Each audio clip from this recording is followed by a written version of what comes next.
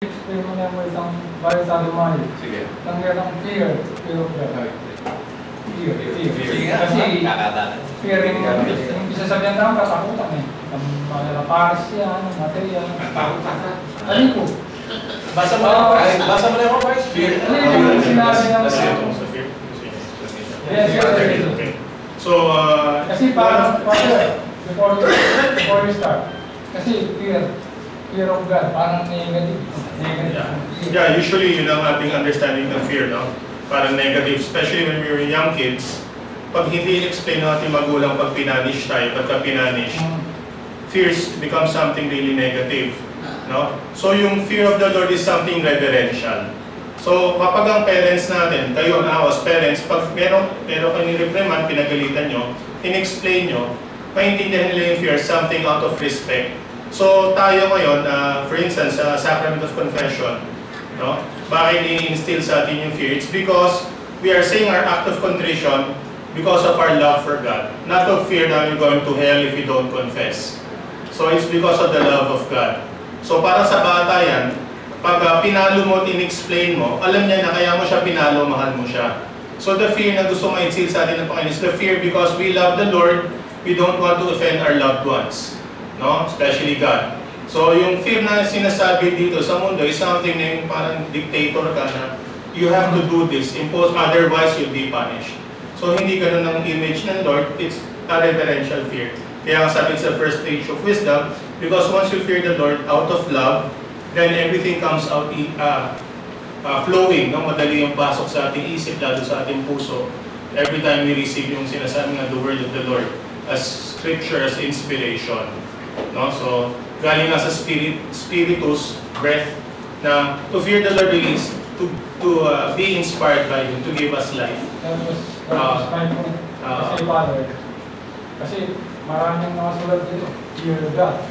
Parang negative. Pero pag if you take it out of context, parang ang dating niyan is negative na. Kaya maganda nga yung na-discuss nga ni Benedict na talagang if fear of the Lord is yung reverential fear. It's not fear because you're afraid that there will be punishment, there will be a sanction. Instead of using the word fear, siguro, maybe respect.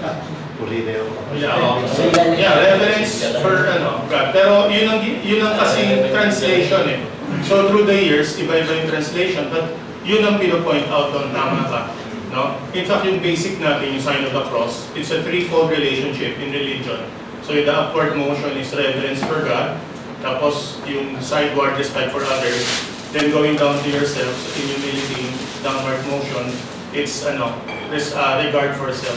Tatlong amin yan sa religion. So yung tama ka doon, that reverential fear is reverence for God. So yun lang yung fear na yun, nandun rin sa pagkaka-translate. Pero yung meaning, tama yung understanding mo, and yung maganda na open up na we fear the Lord because we love the Lord. It's not because we're afraid that we're going to hell, that we'll be punished like small kids. Hindi ganun ang idea. So I hope na explain.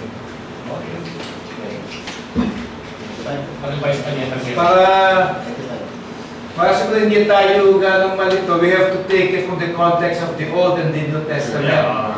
Kasi sa Old Testament, ang pinaka-focus doon is God the Father. So yung mga tao we have to remember, yung mga Israelites, mga nomads yan eh. So yung concept na about God, yung concept nila, it's about God, di ba? Yung parang he's a warrior, gano'n, he's a king, omnipotent, gano'n, mapagsect.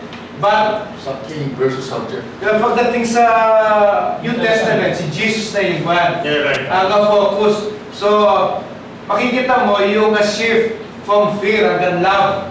Kaya sa Old Testament, nakalagay din, the fear of the Lord is the beginning of wisdom. Pero ngayon, kung taken from the New Testament, the love of the Lord is the beginning of wisdom. Okay. The same way dito, pwede rin gamitin yung Maganda yung love side God. As a follow-up to that, the idea of God in the Old Testament is that God is somebody transcendent. Mataas sa akin, hindi ko kaya abutin. When Christ came into the world, sa New Testament concept, God is somebody immanent. He's a friend. He's not somebody far from me.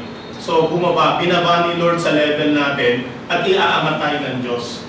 So yun ang maganda. Kaya in the Old Testament, they don't even mention the name God because it's something irreverent. to mention the name kaya naging Yahweh, you're right. No? So, I'm happy na maganda yung ating mga views and insights that can help us para later on pag may mga nagtatanong din.